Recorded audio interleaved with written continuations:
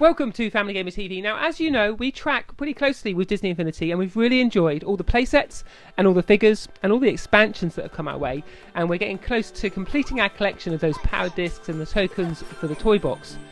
But what we've been turning our attention to recently is that toy box mode. Now, in my family, the kids have really had a focus on those playset adventures that go through the different franchises, offer a really nice adventure that you can work your way through, use all your characters in. But they haven't really realised that while they're doing that, they're actually earning tokens to spin for items in the toy box. And as they do collect more and more of those items and tokens, the toy box becomes more and more interesting. So I wanted to give them a nice introduction to what the toy box was, and I thought that may potentially also introduce you to some of the features that you might have in Disney Infinity but haven't actually delved into in much depth yet. So to do this, we set ourselves a task of a blank slate in the toy box, and we wanted to create a game using a bit of logic, connecting some different toy box elements together to create a game of football. So we had these two receptor pads that we placed down, and that's where we had to get our big beach ball into. We're still on 0. I know, it's because we haven't actually started. Target, well look, this is on your own. Target reached. So press properties to change what your target is. Go down to 5. 10. Is that on your own? I'm impressed, Ellen. Target reached. Press, that's what you're going to say. When the target's reached, go over to this. And now what we're going to have for this one. You're just doing it on your own.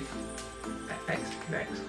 Now what sound? So you can see here, as I'm talking the kids through it, you can make connections between what we're using as our goal, and a counter, and a siren or a horn. And this means that as things happen in the game, the players will trigger the counter to increment, and they get their ball into the goal. And if they get it up to 5, then the counter triggers the siren to sound, and they know that they'll have won. Now, it sounds quite complicated, but as you start to understand how these connections are made, and actually realise it's pretty simple, the only options you have available are the ones that are valid, and you start to make these different links between the different items in the toy box, all sorts of different video game scenarios start to take shape. And we'll do the next bit. Look at that. So there's our ball, there's our arena, look. We've got some seats. We've got scores. See? So we're starting to make a game. Now, these are the toy boxes that Disney have been sharing with us, and via that sort of download option you can see what other people have created. But in my family there's been some real value in just introducing the kids to that and then letting them play. It's extended not only the life of the game, but also how they perceive the game. So now, rather than just wanting to go off and play a particular adventure, they're using their imagination in a much greater way to create their own adventures, and this has involved children in the family of all ages, and both the boys and the girls, which I'm always glad to see in our video games. When I... There you go, so you scored. What? No, so you got 2 points. It went right on the edge. 3 points, because all you have to do is just go near to it. Perhaps it's something we could change. Ow, Ollie's shooting you while you're trying to score a goal. Now. Look at me for more. Ollie, put the screen down. Oi, those are my doors.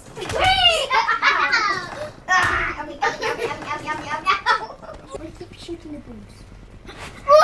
Oh, Ollie scored 4. You point on the figure down there. So there you go, that's part 1 of our in-depth look at the toy box mode in Disney Infinity. We're going to be back with 2 more videos. Now, we want your input for these. What are the creations that you make? What are the items that you think are really key to have in your toy box? What are the ones that you think we really need to win? What ideas have worked well for your family, and how do you play it? Do the parents set up these toy box adventures and experiences first, then the kids play them? Or is it the kids who are actually making the games themselves, or do you all get involved and collaborate together? We want your hints and tips, and we'll be using those in our future episodes of this how-to toy box mode in Disney Infinity. In those other episodes, we're going to be looking in more depth at the more complex things you can do in the game, how you can extend your basic creations to make them more involving and more fun to play. But as you can see, my kids still just love mucking about in that toy box area, adding in items and adjusting the game as they go in that sort of co-op, sort of madcap mayhem multiplayer mode. So there you go, that's all we've got time for today on Family Gamer TV, but as I say, we'll be back with more Disney Infinity Toy Box very soon.